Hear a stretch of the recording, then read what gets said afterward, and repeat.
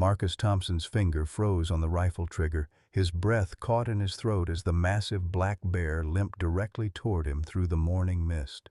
After 30 years of hunting these mountains, he'd never seen anything like this. The bear wasn't charging or growling, it was walking with purpose, as if it had an appointment. 20 feet away, the enormous creature sat down heavily, fixed its dark eyes on Marcus, and waited. The steel trap, clamped around its right front paw, told a story of days, maybe weeks of agony. Yet there was no aggression in those intelligent eyes, only something that looked disturbingly like hope. Marcus's hunting partner, Jake, stumbled backward, his coffee thermos clattering against the rocks as he whispered, "Sweet Jesus, Marcus, what's it doing?" The bear's labored breathing echoed through the silence, each exhale a visible puff in the cold Tennessee air. Marcus remembered his daughter Emma's words from last night. "Daddy, what if animals could ask for help? Would you listen?" "Don't move," Marcus commanded, though his own hands trembled. What kind of wild animal sat patiently before armed hunters? And why did Marcus feel like this bear was asking him a question he wasn't sure he was ready to answer?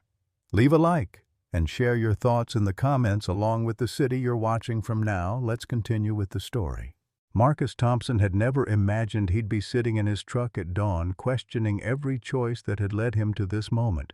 At 45, his weathered hands gripped the steering wheel as he stared at the mist-covered Smoky Mountains, the same peaks that had defined his life since childhood. 3 years had passed since Sarah's funeral. 3 years of raising 12-year-old Emma alone. 3 years of carrying guilt that sat heavier on his shoulders than any hunting pack. The irony wasn't lost on him that he'd once been a conservation officer, dedicated to protecting the very wildlife he now hunted to put food on their table.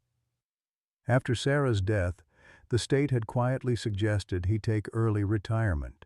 Too many questions about his involvement with illegal hunting operations. Too many whispers about conflicts of interest. Now he guided weekend hunters and took whatever work the mountains offered, trying to make ends meet on a fraction of his former salary. Emma sat beside him in the passenger seat, her auburn hair catching the early light as she sketched animals in her worn notebook. At 12, she possessed her mother's gentle spirit and an uncanny ability to communicate with wildlife that both amazed and worried Marcus. Yesterday, she'd convinced him to help relocate a family of raccoons from their neighbor's attic rather than calling an exterminator. Her innocent belief that every creature deserved compassion reminded him painfully of the man he used to be. "Daddy, why do you look sad when we come to the mountains?" Emma asked, without looking up from her drawing of a deer family. "Mama used to say the mountains were where you felt most like yourself." Marcus swallowed hard, remembering Sarah's words. She'd loved watching him work with injured wildlife during his conservation days, had been proud of his dedication to protecting endangered species. But that was before everything went wrong, before the choices that had driven a wedge between them, before the argument that had sent her driving angry into that fatal storm. Their small house in Gatlinburg was mortgaged to the hilt. Emma's college fund had been emptied to cover Sarah's medical bills, and the stack of overdue notices on his kitchen table grew thicker each month. The weekends guiding hunters brought in just enough to keep them afloat, but barely. Emma wore clothes from the church donation box and never complained, never asked why other kids had new backpacks while hers was held together with duct tape. The hunting rifle in the truck bed represented everything he'd once fought against, yet it was now his lifeline. Each successful hunt meant groceries for another week, meant Emma could stay in the home where her mother's memory lived in every room. The mountains that had once been his sanctuary now felt like a beautiful prison, holding both his greatest shame and his only hope for survival. As they drove deeper into the forest, Marcus caught Emma's reflection in the side mirror, her eyes bright with the same wonder Sarah had always shown for nature's mysteries. The bear's breathing grew more labored as Marcus approached, each step deliberate and careful. Jake had retreated to the truck, engine running, ready to flee if things went sideways. But something in the animal's posture, resigned, almost pleading, kept Marcus moving forward despite every instinct screaming at him to run. "Easy there, big guy," Marcus whispered, his voice barely audible above the morning breeze rustling through the oak leaves. The bear's massive head turned slightly, acknowledging his presence without alarm. Up close, Marcus could see the full extent of the damage. The steel trap had cut deep into the bear's right front paw, the metal teeth buried so far into flesh that infection had set in around the edges. Dried blood and pus caked the fur, and the smell of gangrene hung in the air, but it was the bear's eyes that stopped Marcus cold. He'd looked into the eyes of hundreds of wild animals over the years, some filled with terror, others with rage, most with the blank instinct of pure survival. These eyes were different. They held intelligence, pain, and something that looked disturbingly like trust, as if this massive predator somehow knew that Marcus represented his only chance at survival. Kneeling slowly, Marcus examined the trap more closely. The metal was old, rusted around the edges, but the spring mechanism was still brutally tight. Without bolt cutters, there was no way to free the bear, and even with tools, the process would be excruciating for the animal. The bear would need to trust him completely, remain perfectly still while Marcus worked to free him from what was essentially a medieval torture device. "Jake, bring me the bolt cutters from the toolbox," Marcus called over his shoulder, never taking his eyes off the bear. The animal's ears twitched at the sound of his voice, but it remained motionless, as if understanding that cooperation was essential. As Marcus worked the cutters around the trap's spring mechanism, he noticed something that made his blood run cold. A faded collar tag, barely visible beneath the matted fur around the bear's neck. With trembling fingers, he brushed away the dirt and dried blood until he could make out the words, "Benny, Dorothy H. Wildlife Rehabilitation." The world seemed to tilt on its axis. Dorothy Hensworth, his mother. The woman he hadn't spoken to in 3 years, not since the argument that had shattered their family. The bear rehabilitation work she'd done for decades.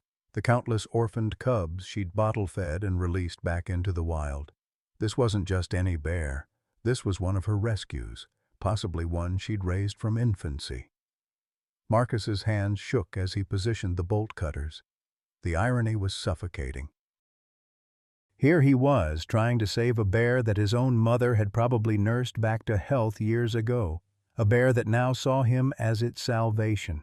The same hands that had once helped Dorothy feed orphaned cubs were now the hands of a man who guided hunters through these same mountains, who had strayed so far from his conservation roots that his own mother could barely look at him. The trap gave way with a metallic snap that echoed through the forest. The bear flinched but didn't move away as Marcus carefully extracted its paw from the cruel device. Blood flowed freely from the wounds, but the circulation was returning to the limb. Using supplies from his first aid kit, Marcus cleaned the wounds as best he could and wrapped the paw in gauze, talking softly to the bear throughout the process. "There you go, Benny," he whispered, using the name from the collar. "I bet Dorothy taught you to trust people, didn't she?" "I bet she told you that not all humans are bad." The bear looked at him with what Marcus could only describe as gratitude, then slowly rose to its feet. For a moment, man and animal regarded each other in the dappled morning light. Then Benny turned and limped away into the forest, disappearing into the underbrush with barely a sound despite his massive size. Marcus sat back on his heels, overwhelmed by emotions he'd been suppressing for years. The bear collar tag lay in his palm like an accusation, a reminder of the connection he'd severed with his mother, the values he'd abandoned, the path he'd lost. Dorothy had dedicated her life to saving creatures like Benny, and here was Marcus, reduced to hunting their relatives to pay his bills. Jake approached cautiously, his face pale. Marcus, what the hell just happened? That bear acted like it knew you. Marcus closed his fist around the collar tag and stood slowly. His legs felt unsteady, as if the ground beneath him had fundamentally shifted. It did know me, Jake. Or at least it knew someone who raised me to be better than I am. For the first time in 3 years, Marcus knew exactly what he had to do, even though it terrified him more than facing down a wounded bear. The drive to the old cell tower took Marcus 20 minutes through winding mountain roads, his hands gripping the steering wheel so tightly his knuckles had turned white. Jake had returned to town, shaking his head and muttering about the strangest damn thing he'd ever seen, leaving Marcus alone with his churning thoughts and the bear's collar tag burning like a coal in his jacket pocket.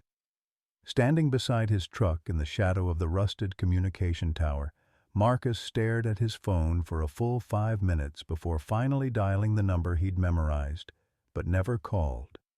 His mother's voice, when she answered on the third ring, sounded exactly as he remembered.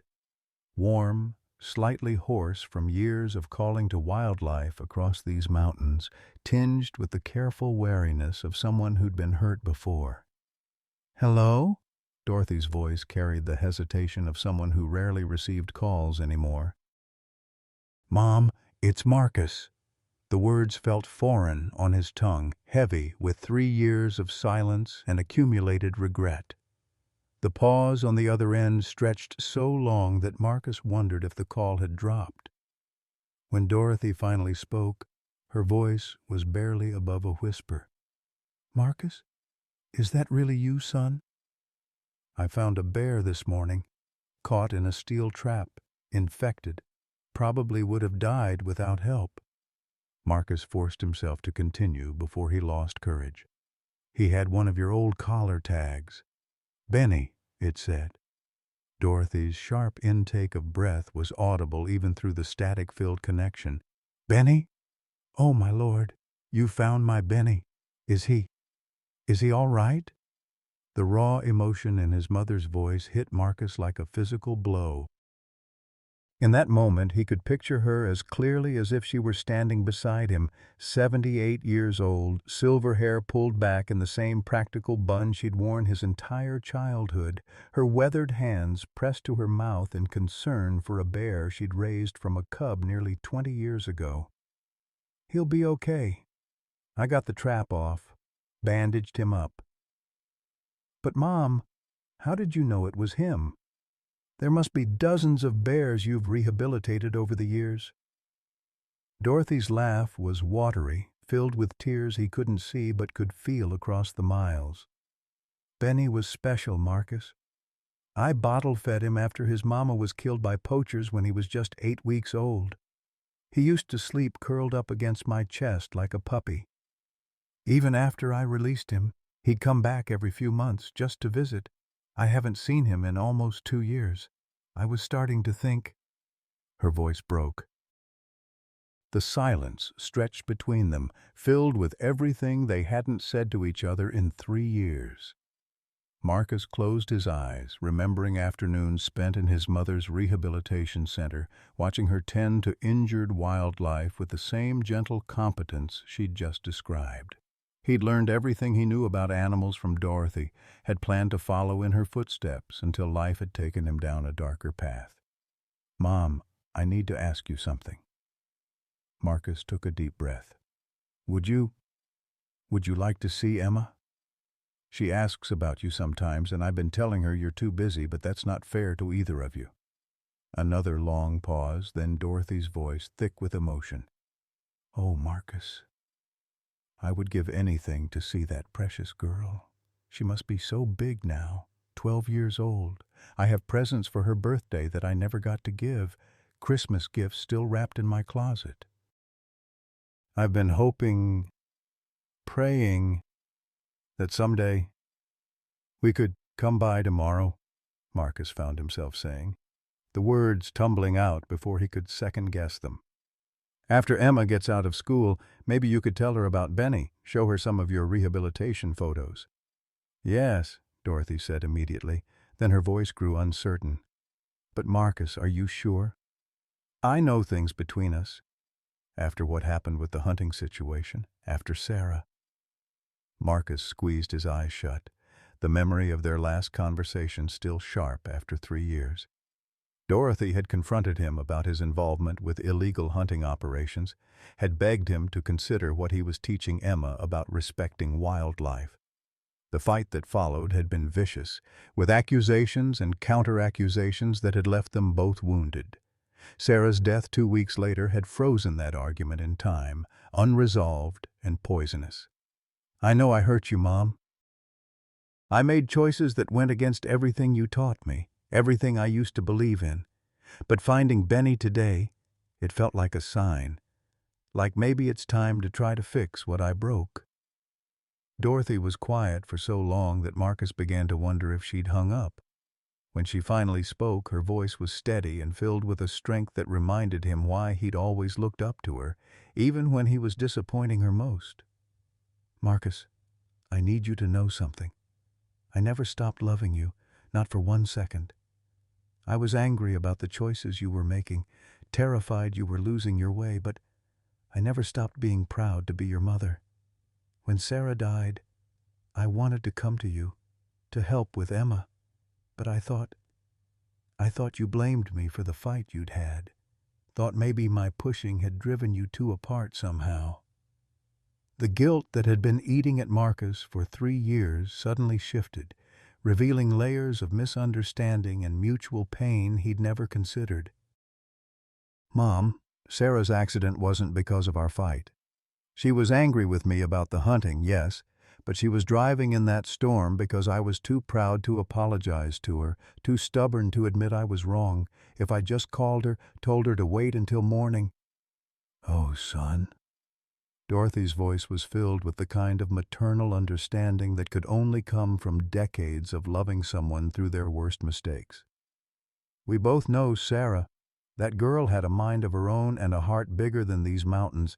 She would have driven through that storm to help a stranger, much less get home to Emma. Her accident was just that, an accident. Not your fault, not mine. Marcus felt something loosen in his chest, a knot of guilt he'd carried so long he'd forgotten what it felt like to breathe without it. I've missed you, Mom. Emma needs her grandmother, and I need my mother. If you'll have us. You drive careful tomorrow, Dorothy said, her voice now warm with anticipation. I'll make Emma's favorite cookies, the snickerdoodles with extra cinnamon if I remember right. And Marcus, thank you for saving Benny.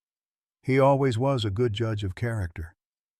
After hanging up, Marcus sat in his truck for another 10 minutes, watching the late afternoon sun filter through the autumn leaves. For the first time in 3 years, the weight on his shoulders felt manageable. Tomorrow, he would take Emma to see her grandmother.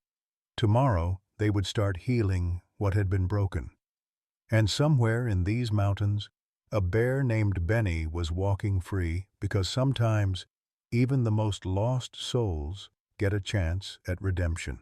The next afternoon, Emma pressed her face against the passenger window as Marcus's truck wound up the familiar mountain road toward Dorothy's cabin.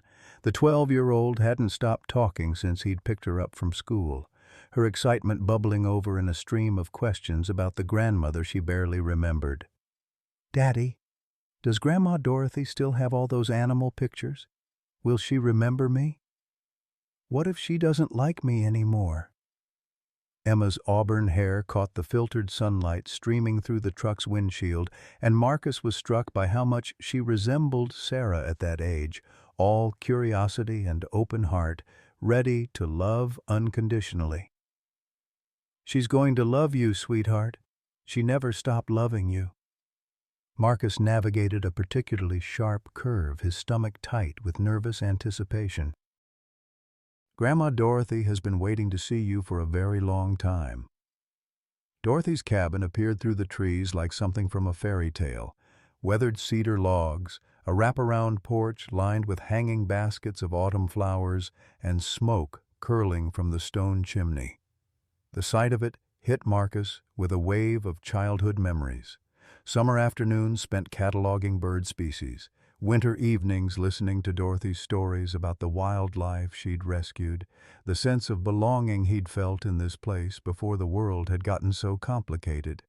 Dorothy emerged onto the porch before they'd even parked, wiping her hands on a flour-dusted apron that Marcus remembered from his childhood. At 78, she moved with the careful precision of someone managing hidden pain, but her face radiated joy as she watched Emma tumble out of the truck. "My goodness," Dorothy breathed, her voice thick with emotion. "Look at you, Emma Grace Thompson." "You're absolutely beautiful." Emma approached her grandmother with the fearless curiosity that defined her personality, studying Dorothy's weathered face with serious blue eyes. "Grandma Dorothy, I'm sorry we didn't visit before. Daddy said it was complicated, but I think grown-ups just make things harder than they need to be." Dorothy laughed, a sound Marcus hadn't heard in years, and knelt to Emma's level despite the obvious discomfort it caused her arthritic knees.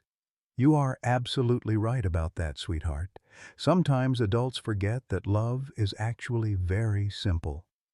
The reunion that followed was everything Marcus had hoped for and feared it might be.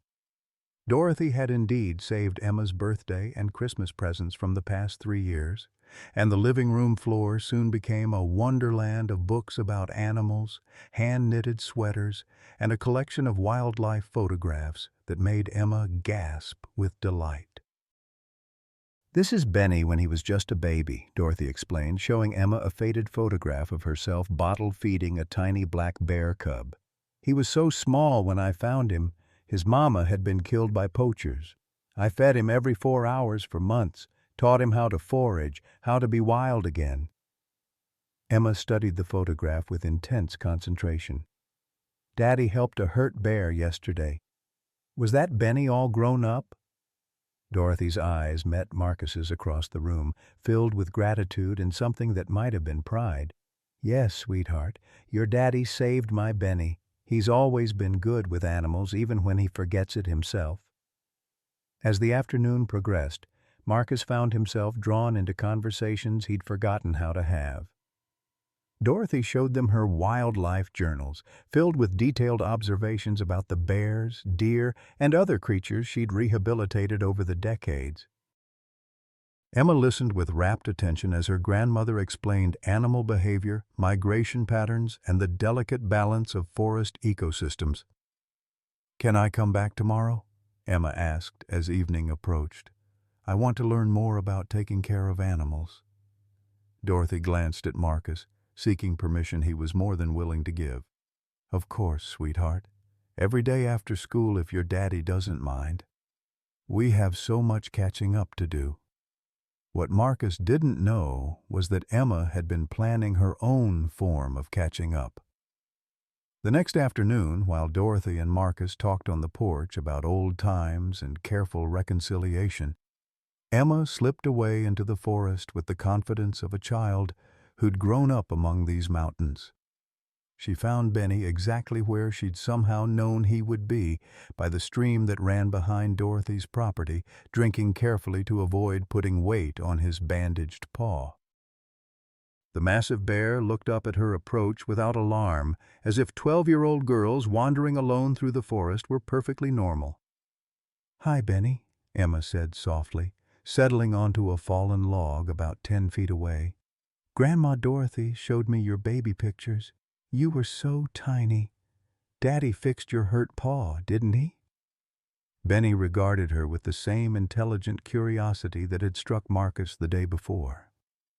Slowly, carefully, the bear approached until he was close enough that Emma could see the details of his face, the graying fur around his muzzle that marked him as an older bear, the gentle expression in his dark eyes, the way he moved his massive head to keep her in sight without making sudden movements that might frighten her.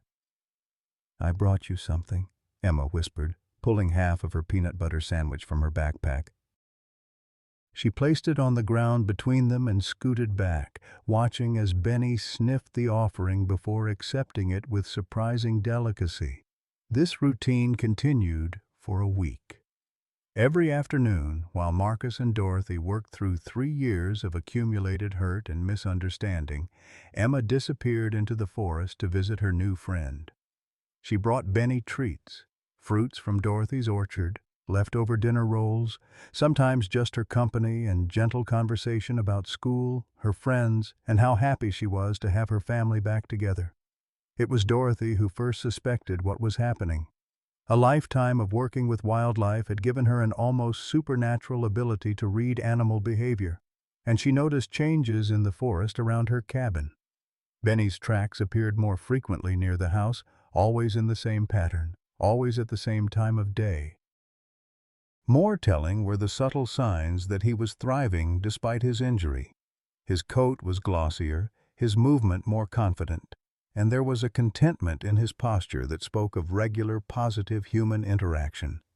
Meanwhile, Dorothy was fighting a battle of her own that she carefully hid from Marcus and Emma. The diagnosis had come 6 months earlier: pancreatic cancer, stage 4, with an optimistic prognosis of 3 to 6 months. She'd made the decision not to tell Marcus immediately, knowing that their estrangement meant he'd feel obligated to care for her out of guilt rather than love. But now, watching him slowly relax into the man she'd raised, seeing Emma's joy in discovering her heritage as a wildlife advocate, Dorothy knew she was running out of time to secure their future. The financial pressures were even more dire than Marcus realized.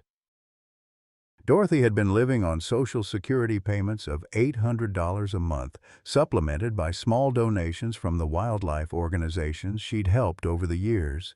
Medical bills from diagnostic tests had consumed most of her savings, and the bank had begun foreclosure proceedings on the cabin. She'd managed to delay the process by selling her mother's jewelry and taking a small loan against her life insurance policy.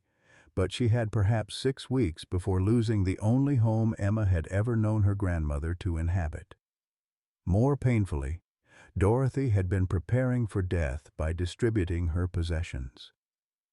The wildlife journals went to the State Park Service, her rehabilitation equipment to younger conservationists, and her most treasured photographs to local museums.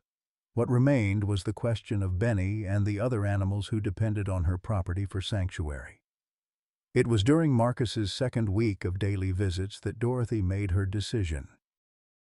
She waited until Emma was supposedly napping on the porch swing, then led Marcus into her small office, where financial documents covered every surface like evidence of a life coming to its conclusion. "Marcus, I need to tell you something. And I need you to listen without interrupting," Dorothy began, her voice carrying the authority that had commanded respect from wildlife officials and poachers alike throughout her career. Marcus settled into the familiar chair where he'd done homework as a child, surrounded by the same wildlife posters and rehabilitation certificates that had inspired his original career choice. "What is it, Mom?" "I'm dying." Dorothy's words hung in the air between them like a physical presence. "Pancreatic cancer. Diagnosed 6 months ago. I have maybe 8 weeks left, possibly less." The color drained from Marcus's face as he processed this information. His mouth opened and closed without sound, and Dorothy recognized the expression. It was the same look he'd worn as a 7-year-old when she'd explained that his adopted status didn't make him any less her son, the same confusion and fear and desperate need for reassurance. "Why didn't you tell me sooner?" he finally managed. "Because I needed to know that when you came back to me, it was because you wanted to, not because you felt obligated." Dorothy moved to the window, watching Emma's still form on the porch swing. "And because I needed to see if you'd remember who you used to be, if that man was still in there somewhere."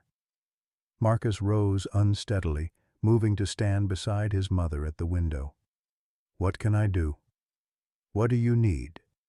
"Medical treatment, experimental options, second opinions." "I need you to take care of Emma's heart," Dorothy interrupted gently. "And I need you to promise me something about Benny. Anything." Dorothy smiled at the immediacy of his response, recognizing the boy who'd once promised to help her save every injured creature in the mountains. Emma has been visiting him every day. I think she believes I don't know, but that child has your gift with animals, Marcus. She and Benny have formed a bond." Marcus's head snapped toward the porch, where Emma appeared to be sleeping peacefully. "She's been going into the forest alone. Mom, that's incredibly dangerous." "That's exactly what I said to you when you were her age and started following me on rehabilitation calls," Dorothy said with a slight smile. "Some children are called to this work, Marcus. Emma is one of them, just like you were." As if summoned by their conversation, Emma appeared in the doorway, her hair mussed and her eyes bright with the particular alertness of someone who'd been pretending to sleep. "Grandma Dorothy, is everything okay?" "I heard voices." Dorothy and Marcus exchanged a look loaded with parental conspiracy. "Everything's fine, sweetheart," Dorothy said smoothly. "Your daddy and I were just talking about the future." But Emma's expression suggested she'd heard more than they realized, and her next words confirmed it. "Grandma, are you sick? You move like Benny did when his paw was hurt, but you're trying to hide it." The uncomfortable truth hung in the air, and Dorothy made a decision that would change everything. "Come here, Emma. There are some things we need to talk about, all three of us together." As Emma settled between them on the old sofa, Dorothy began to explain the realities of life and death, the importance of making the most of time together, and the responsibility they all shared for the wild creatures who had no one else to advocate for them. It was a conversation that would mark the end of Emma's childhood innocence and the beginning of her understanding that love sometimes meant accepting loss while fighting to preserve what mattered most. Outside, unseen by the family inside, Benny waited patiently by the stream, somehow understanding that his own future hung in the balance of whatever was being decided in the cabin where he'd first learned to trust human hands. The revelation of Dorothy's illness transformed the Thompson family's routine into something both precious and desperate. Marcus took extended leave from his guiding work, spending every available moment at the cabin, trying to absorb decades of his mother's wildlife knowledge while there was still time. Emma, with the resilience of youth, processed the news by throwing herself into learning everything Dorothy could teach her about animal rehabilitation. But it was the discovery of Emma's secret friendship with Benny that created the most dramatic shift in their family dynamic. The confrontation came on a Tuesday afternoon when Marcus, returning early from a supply run, spotted his daughter sitting beside the stream in animated conversation with the massive black bear. "Emma Grace Thompson, you get away from that animal right now!" Marcus's voice carried across the forest with enough authority to startle both girl and bear. Emma looked up with the defiant expression of a child caught in behavior she knew was forbidden but felt was absolutely justified. Benny, meanwhile, simply turned his massive head toward Marcus with what could only be described as a polite acknowledgement, as if he'd been expecting this conversation. "Daddy, you don't understand," Emma called back, making no move to leave Benny's side. "He's not dangerous. He's family." Marcus approached carefully, his hunting instincts warring with his growing recognition that this was no ordinary wildlife encounter. Emma sat cross-legged on a fallen log, her school backpack open beside her, while Benny rested on his haunches like an enormous, patient dog.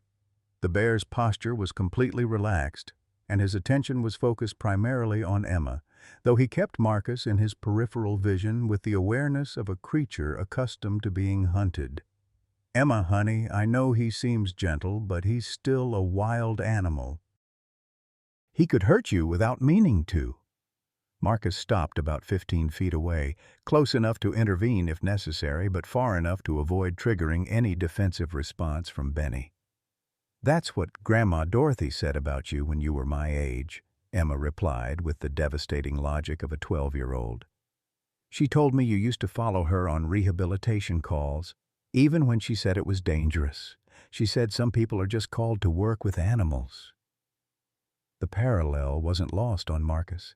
and he found himself remembering afternoons spent in similar positions, ignoring his mother's concerns to form bonds with creatures others considered too dangerous to approach.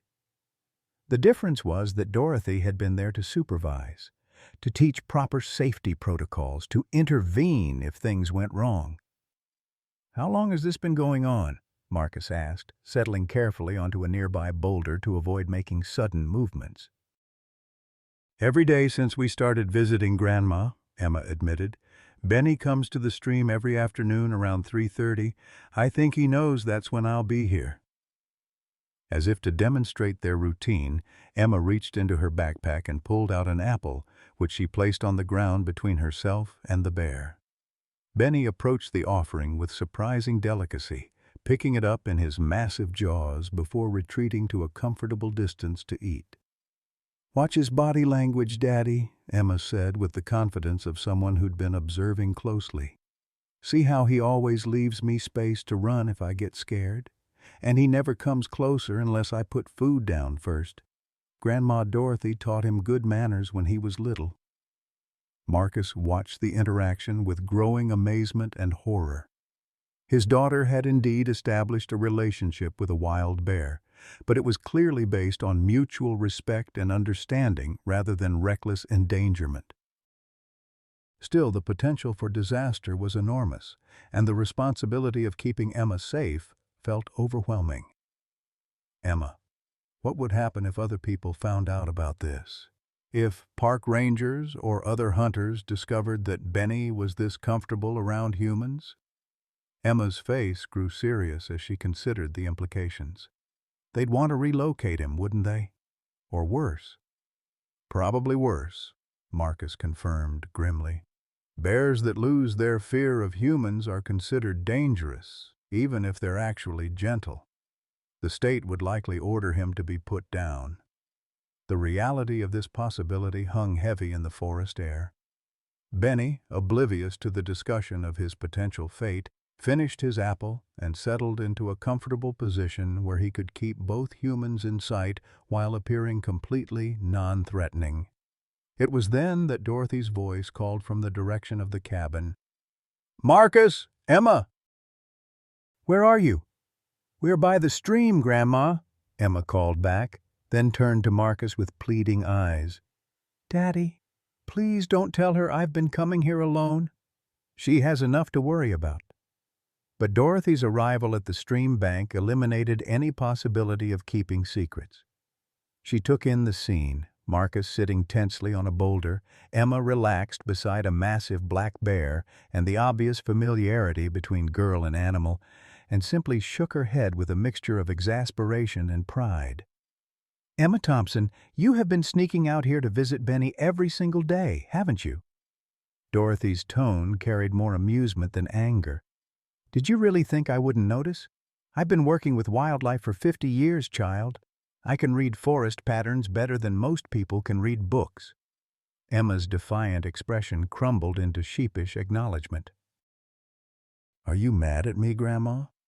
Dorothy moved carefully down the bank, her arthritis making the descent difficult, but her determination absolute. "Mad? Sweetheart, I'm proud of you. And a little terrified, but mostly proud." She settled onto the log beside Emma with a soft grunt of discomfort, and Benny immediately shifted position to accommodate her presence. The bear's recognition of Dorothy was immediate and profound. His entire demeanor changed from polite tolerance to something approaching joy. A soft, rumbling sound came from deep in his chest, not aggressive but unmistakably communicative. "Hello, Benny," Dorothy said softly, extending her weathered hand palm up in a gesture Marcus remembered from childhood. "I've missed you too, old friend." What happened next defied every principle of wildlife safety Marcus had ever learned. Benny rose slowly to his feet and approached Dorothy with obvious affection, gently bumping his massive head against her shoulder in a gesture so clearly intimate and familiar that it took Marcus's breath away. "He remembers," Dorothy whispered, tears streaming down her weathered cheeks. "After all these years, he still remembers." Emma watched the reunion with wide eyes, finally understanding the full scope of the relationship between her grandmother and the bear she'd befriended. "Grandma, how long did you take care of him?" "2 years," Dorothy replied, gently stroking the fur behind Benny's ears. "From the time he was 8 weeks old until he was ready to be independent. I bottle-fed him, taught him to forage, helped him learn to be wild again." But some bonds don't break, even when they're supposed to. Marcus found himself witnessing something extraordinary. 3 generations of his family connected by a wild animal who had somehow learned to love and trust humans without losing his essential wildness. The implications were staggering, both beautiful and terrifying. "Mom, this changes everything," Marcus said quietly. "If Benny is this bonded to our family, we can't just leave him when—" He couldn't finish the sentence, couldn't speak aloud about Dorothy's approaching death in front of Emma. Dorothy understood. "That's exactly what we need to talk about. All of us together."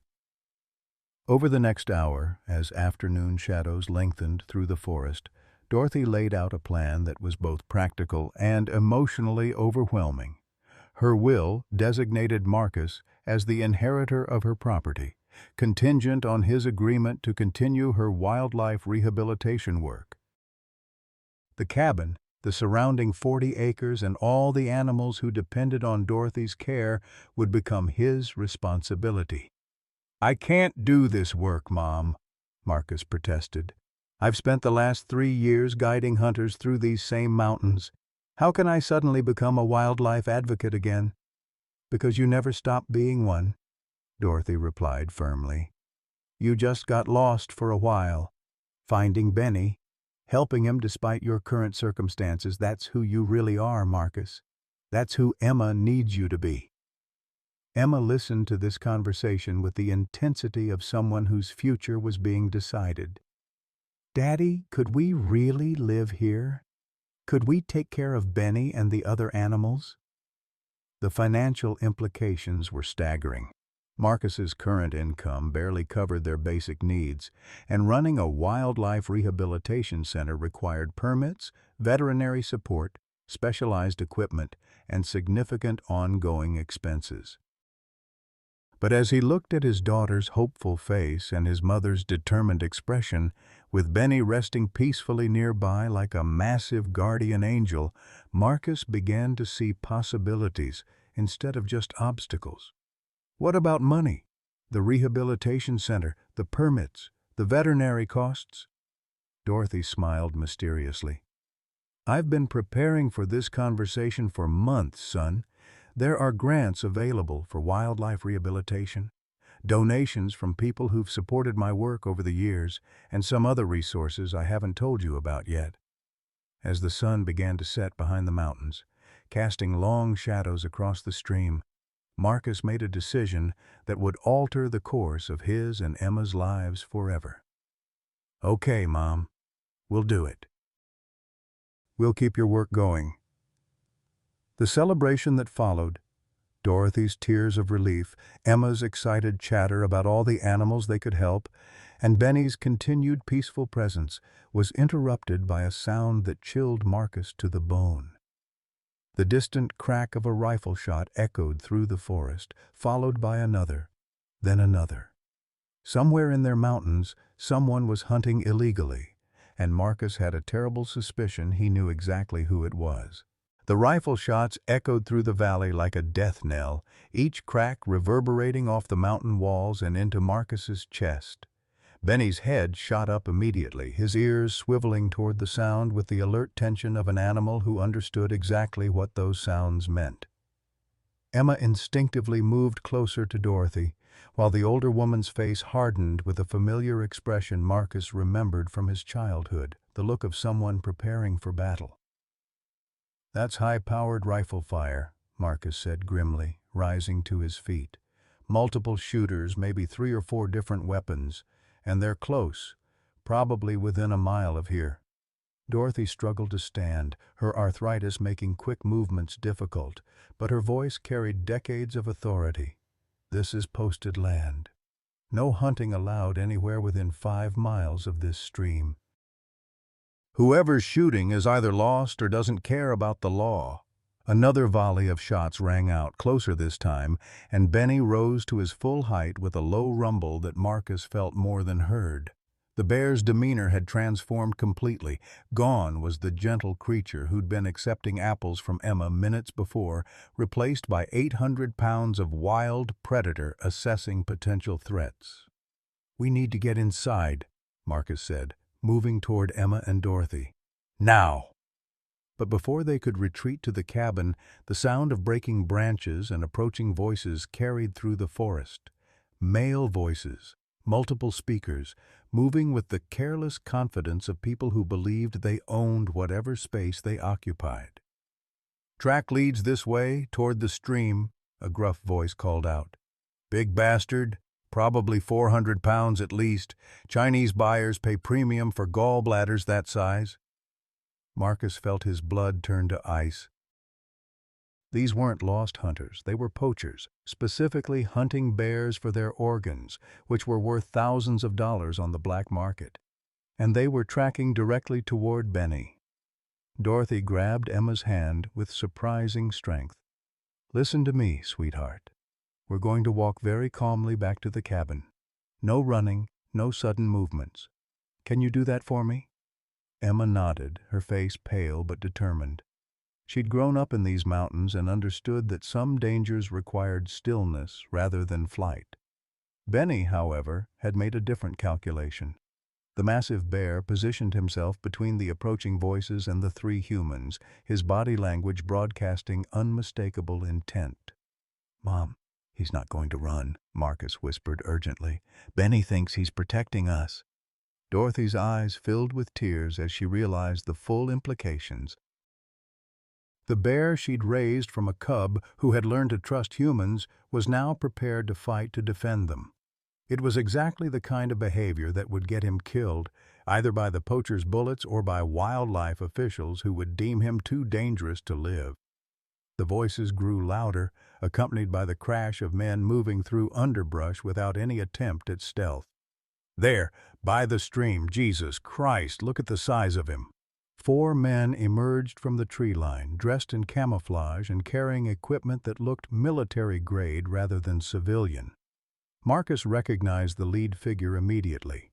Victor Malone, a former park ranger who'd been fired 3 years earlier for theft and suspected poaching. The man's face was harder than Marcus remembered, his eyes carrying the flat affect of someone who'd crossed too many moral lines to find his way back. "Well, well," Victor called out, his rifle trained on Benny, but his attention focused on Marcus. "Marcus Thompson, heard you were back in these parts, playing house with Mommy Dearest." Marcus stepped protectively in front of Dorothy and Emma, acutely aware that he was unarmed while facing 4 men with high-powered weapons. "This is private property, Victor. You and your friends need to move along." Victor's laugh was ugly, containing no humor whatsoever. "Private property? You mean the land that's about to be foreclosed on? The cabin that'll be county property in about 6 weeks?" He gestured toward Dorothy with mock sympathy. "Didn't Mommy tell you? She's broke, Thompson. This whole wildlife sanctuary fantasy is about to become a parking lot for weekend hunters." The revelation hit Marcus like a physical blow. Dorothy had mentioned financial pressures but hadn't revealed the full extent of their situation. The implications were staggering. Not just the loss of Dorothy's home, but the destruction of decades of wildlife conservation work. "That bear's worth 10 grand to us," one of Victor's companions said, a younger man with nervous eyes and shaking hands. "Easy money, and nobody gets hurt." Emma stepped forward with the fearless indignation of childhood confronting injustice. "You can't hurt Benny! He's not doing anything wrong!" Victor's attention shifted to Emma, and his expression underwent a subtle change that Marcus didn't like. "Pretty little girl, reminds me of someone."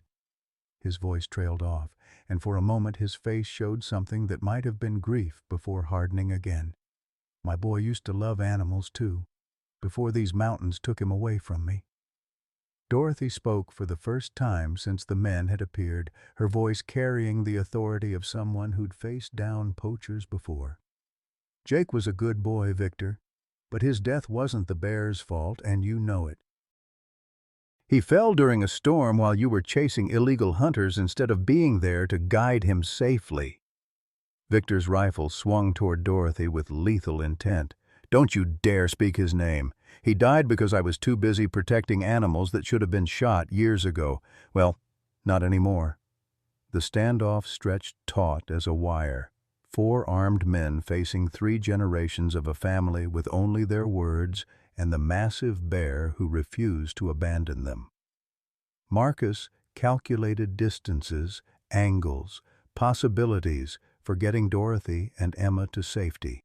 But every scenario ended in bloodshed. It was Benny who broke the stalemate. The bear took a single step forward, not aggressive but unmistakably protective, and voiced a sound Marcus had never heard before, a deep, resonant call that seemed to come from the very earth itself. From the forest around them came answering calls. First one, then another, then a chorus of voices that made Victor's men look around nervously. Benny's call had summoned something none of them had expected.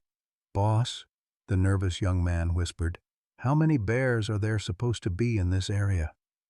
Victor's confidence faltered as the reality of their situation became clear.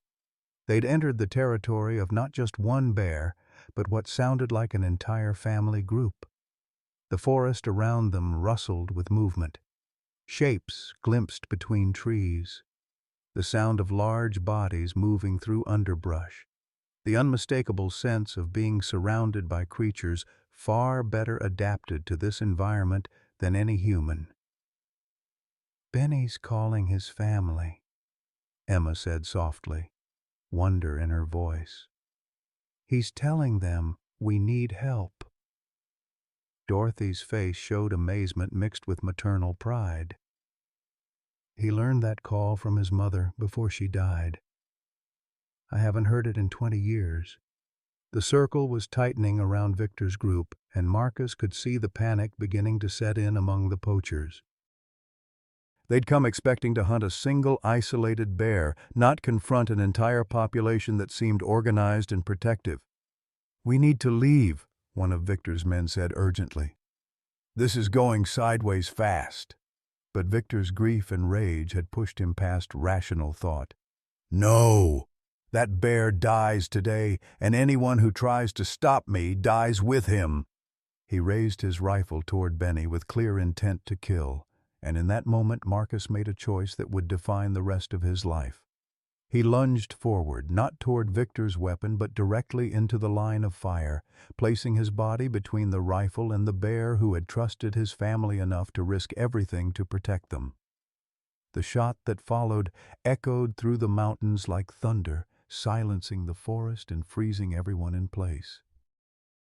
But it was Victor who screamed, his rifle flying from his hands as Benny's massive paw struck with surgical precision, disarming rather than killing despite having every justification for lethal force. In the chaos that followed, Dorothy collapsed to her knees beside the stream, her face gray with pain and exhaustion. Emma ran to her grandmother while Marcus grappled with Victor for control of the situation.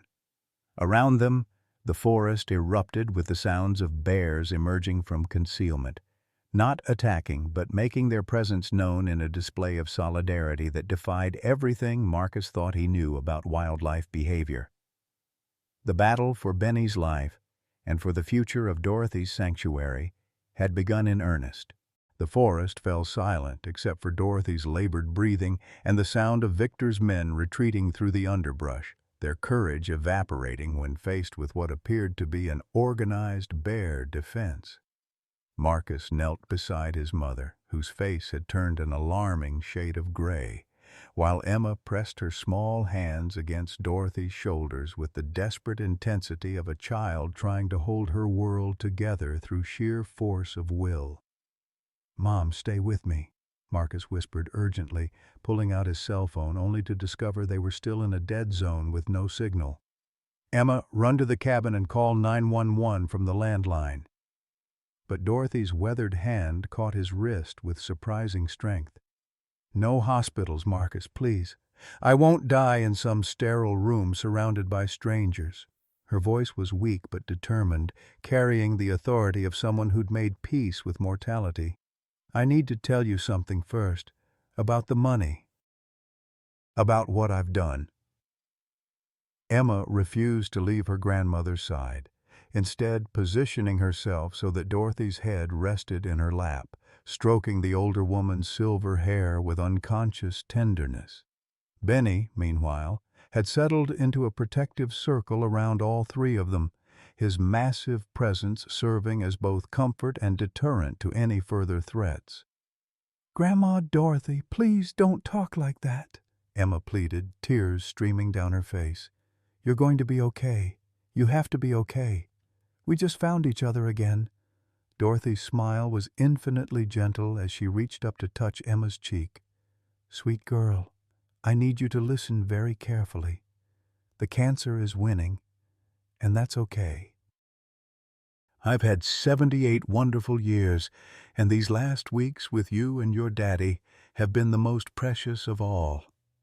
Marcus felt something breaking apart inside his chest, the same helpless rage he'd experienced when Sarah died, the fury of watching someone he loved slip away despite all his desperate efforts to hold on. "There has to be something we can do. Experimental treatments, specialists." "I've already tried everything, son." Dorothy's voice grew stronger, as if sharing the truth was giving her energy. "The medical bills consume most of my savings, but that's not what I need to tell you about. The foreclosure notice, the financial problems. I let you believe they were worse than they are." She paused, gathering strength for what came next. 3 months ago, I was contacted by a wildlife conservation trust. They'd been following my rehabilitation work for years, and they offered to purchase the property for twice its market value to establish a permanent bear sanctuary. "The papers are already signed, Marcus. The money is already in an account with your name on it." Marcus stared at his mother in confusion. "I don't understand. If you had the money, why didn't you pay off the mortgage? Why let me think we were losing everything?" Dorothy's laugh was weak but filled with maternal cunning. "Because I needed you to want to save this place for the right reasons. Not because it was easy or profitable, but because you believed in the work itself. And I needed to know that Emma would grow up understanding that some things are worth fighting for, even when the odds seem impossible." The revelation was staggering. Dorothy had orchestrated an elaborate test, putting her own comfort and security at risk to ensure that her son and granddaughter would choose wildlife conservation out of genuine commitment rather than mere inheritance. It was manipulative and brilliant and absolutely typical of the woman who'd spent 50 years outmaneuvering poachers and bureaucrats to protect creatures who couldn't speak for themselves. "Mom, you could have just asked," Marcus said, torn between admiration and exasperation. "You didn't need to put yourself through this." "Yes, I did." Dorothy's voice carried absolute certainty. "You needed to remember who you used to be, Marcus. You needed to find your way back to the man Sarah fell in love with, the one Emma deserves as a father, and you needed to choose this life freely, not because I guilted you into it." Emma looked up from her grandmother's face with the solemn wisdom that sometimes emerged from children in crisis. "Grandma, does this mean we can stay? Does this mean Benny will be safe?" Dorothy's eyes brightened with the last fierce joy of a life well lived. "It means you're going to do something amazing, sweetheart. You and your daddy are going to build the most wonderful bear sanctuary these mountains have ever seen, and Benny is going to help you do it." As if understanding his name and role in this conversation, Benny shifted closer to the family group, his presence both comforting and symbolically significant. Here was a bear who had learned to trust humans completely, who had risked his life to defend them, and who represented the possibility of a different relationship between civilization and wilderness. But Dorothy wasn't finished with her revelations. "There's something else, Marcus. About Victor Malone. The reason he hates bears so much. The reason he's turned to poaching. His son Jake didn't die in a hiking accident." Marcus felt a chill that had nothing to do with the mountain air. What really happened? Jake was killed by an illegal bear trap, one that Victor had set himself during his poaching days before he became a ranger. The boy was tracking what he thought was an injured animal, trying to help it, and he stepped in his father's own trap. Victor's been living with that guilt for 5 years, and he's projecting his self-hatred onto every bear in these mountains. The psychological complexity of their situation suddenly became clear. Victor wasn't just a greedy poacher. He was a man destroyed by guilt, lashing out at the creatures he blamed for a tragedy he himself had caused. It explained his irrational hatred, his willingness to risk everything for revenge, and the particular viciousness he'd shown toward Emma's innocent defense of Benny. "He's going to come back," Marcus said grimly. "Men like Victor don't just give up and walk away. He'll organize, get more help, maybe even involve other poaching operations." "We're not safe here." Dorothy's hand tightened on his wrist one final time. "That's why you need to call Sarah Chen at the Wildlife Veterinary Clinic. She's been coordinating with law enforcement about the poaching ring for months. She's also the executor of the Conservation Trust that's buying this property. Sarah will know what to do." The mention of Dr. Chen sparked a memory in Marcus's mind, the Asian woman who'd treated injured wildlife for Dorothy over the years, someone he'd met briefly during his conservation officer days but hadn't spoken to since his fall from grace. If Dorothy trusted her with both legal and practical aspects of the sanctuary, she must be more than just a veterinarian. Emma's voice broke through his planning, small and frightened. "Grandma, your breathing sounds funny." Dorothy's chest was indeed rising and falling with increasing difficulty, and her skin had taken on a waxy pallor that Marcus recognized from his vigil beside Sarah's hospital bed.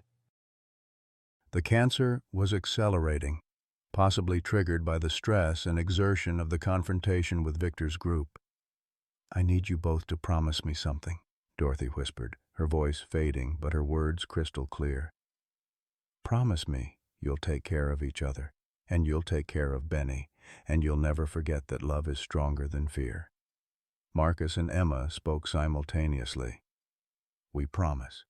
Dorothy smiled, her eyes moving from Marcus to Emma to Benny, taking in the unlikely family she'd helped create through sheer force of will and unconditional love. "Sarah would be so proud of both of you. She always said that the best things in life were worth waiting for, worth fighting for." As afternoon shadows lengthened through the forest, Dorothy Hensworth closed her eyes for the last time, surrounded by the 3 beings she loved most in the world. Her last breath was so gentle that Emma didn't realize at first that her grandmother was gone, continuing to stroke her hair and whisper reassurances into the peaceful mountain air.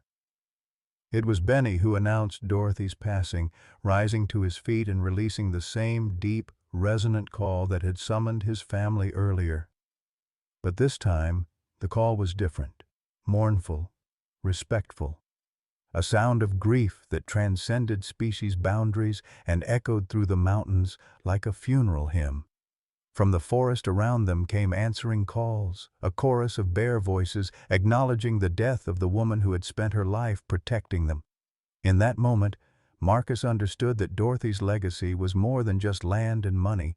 She had created a community, a bond between humans and wildlife that would endure long after her physical presence was gone. 6 months later, the morning sun streamed through the kitchen windows of Dorothy's cabin as Marcus prepared breakfast for what had become an unexpectedly large family. Emma sat at the old wooden table, carefully updating the wildlife rehabilitation logs that had once been her grandmother's responsibility, while through the open door, Benny could be seen resting peacefully on the porch that Dorothy had specifically reinforced to support his weight. The transformation of their lives had been nothing short of miraculous. Dr. Sarah Chen had indeed proven to be more than just a veterinarian. She was the director of the Mountain Wildlife Conservation Trust, and Dorothy's death had triggered the release of funds that exceeded Marcus's wildest dreams. The property was now legally protected as a bear sanctuary in perpetuity, with enough endowment funding to support rehabilitation work for generations. More importantly, Marcus had found his way back to the man he'd always been meant to be. The conservation officer certification had been restored after a thorough review process, and he now worked directly with state and federal agencies to combat poaching throughout the Appalachian region. The irony wasn't lost on him that his former life as a hunting guide had given him insights into poaching operations that made him uniquely effective at stopping them. Emma had blossomed into a remarkable young naturalist, her bond with Benny serving as the foundation for an intuitive understanding of wildlife behavior that amazed visiting scientists. At 13, she could read animal distress signals, track migration patterns, and communicate with injured creatures in ways that seemed almost supernatural to observers who didn't understand the years of patient observation that had developed her skills. The knock on the cabin door interrupted Marcus's thoughts, and he opened it to find Sheriff Williams standing on the porch beside a man Marcus barely recognized. Victor Malone looked 20 years older than when they'd last confronted each other, his face gaunt and his eyes carrying the haunted expression of someone who'd been forced to confront the worst aspects of himself. "Marcus," Sheriff Williams said carefully, "Victor here has something he wants to say to you and Emma. I'll be right here the whole time if you're willing to listen." Marcus glanced back at Emma, who had looked up from her logbooks with curiosity rather than fear.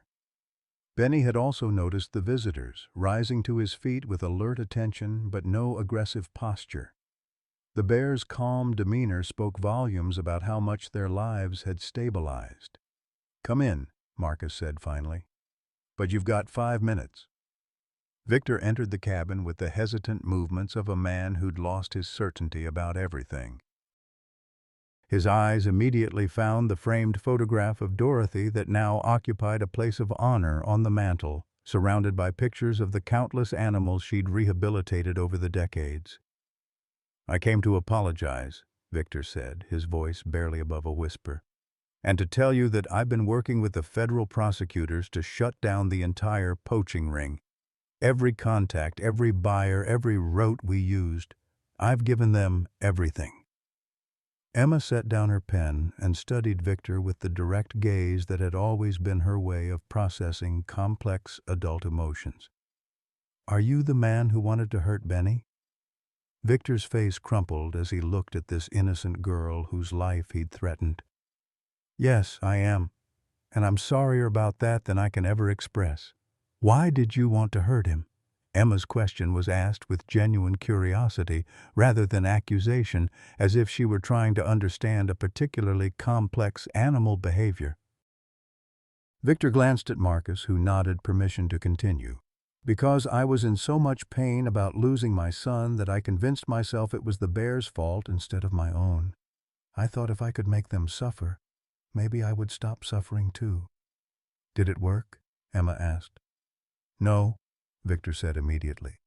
"It made everything worse. Much worse."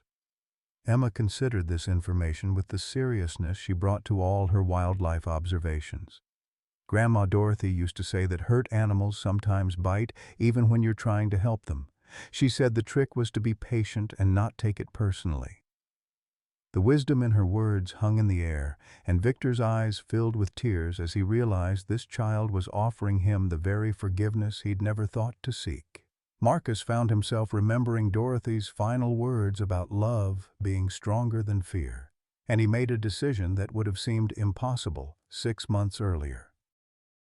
"Victor, are you still interested in working with wildlife?" The question clearly surprised everyone in the room, including Sheriff Williams. Victor looked up with confused hope. "What do you mean?" The sanctuary needs someone who understands the poaching networks, someone who can help us identify and stop threats before they reach the animals we're protecting. It would be volunteer work, closely supervised, but it would be real conservation work. Emma's face lit up with excitement. Like a redemption story. Grandma always said those were the best kind. Victor stared at Marcus as if he'd offered something too precious to accept. You would trust me around the animals? After everything I've done? Marcus glanced at Benny, who had moved closer to the conversation and was observing Victor with the same patient assessment he'd once applied to Marcus himself. Benny trusted me after I'd spent years guiding hunters through his territory. Dorothy trusted me after I'd made choices that went against everything she'd taught me. Maybe trust is something we earn by doing better, not something we lose forever because of our mistakes.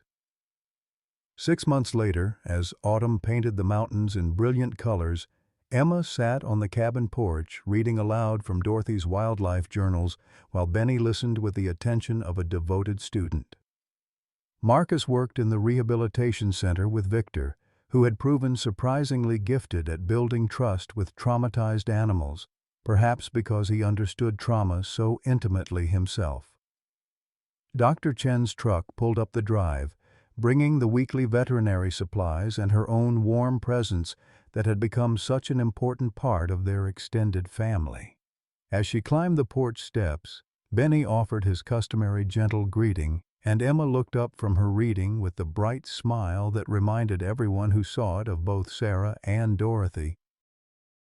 In my day, family meant something, Marcus said, unconsciously echoing his mother's words as he watched this unlikely collection of people and animals who had chosen to love each other. Turns out it still does. It just looks different than we expected.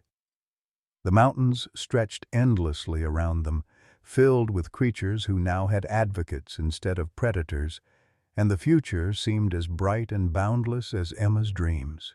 In a world that often tells us our best years are behind us, Marcus Thompson's story reminds us that sometimes life's most meaningful chapters begin when we think the book is almost closed. At 45, Marcus had lost his way. His wife was gone, his relationship with his mother shattered, and he was scraping by doing work that went against everything he once believed in. Sound familiar? How many of us have looked in the mirror and wondered where that passionate, purposeful person we used to be has gone? But here's what Marcus discovered in those Tennessee mountains. It's never too late to come home to yourself. Dorothy, at 78 and facing her final months, still had the power to heal a broken family and create a legacy that would outlast her lifetime. Emma, just 12 years old, showed them both that love doesn't require perfection. It requires presence. The bear named Benny proved that trust, once broken, can be rebuilt through patient kindness. This isn't just a story about wildlife, it's about wild hope. It's about second chances that come disguised as impossible circumstances. It's about discovering that the family we need might include creatures with 4 paws and gentle hearts. And that's perfectly, beautifully okay. Questions for you. What dream did you put aside that's calling you back? When did an unexpected friendship change your life's direction? Please share your thoughts in the comments below. Your story might be exactly what someone else needs to hear today.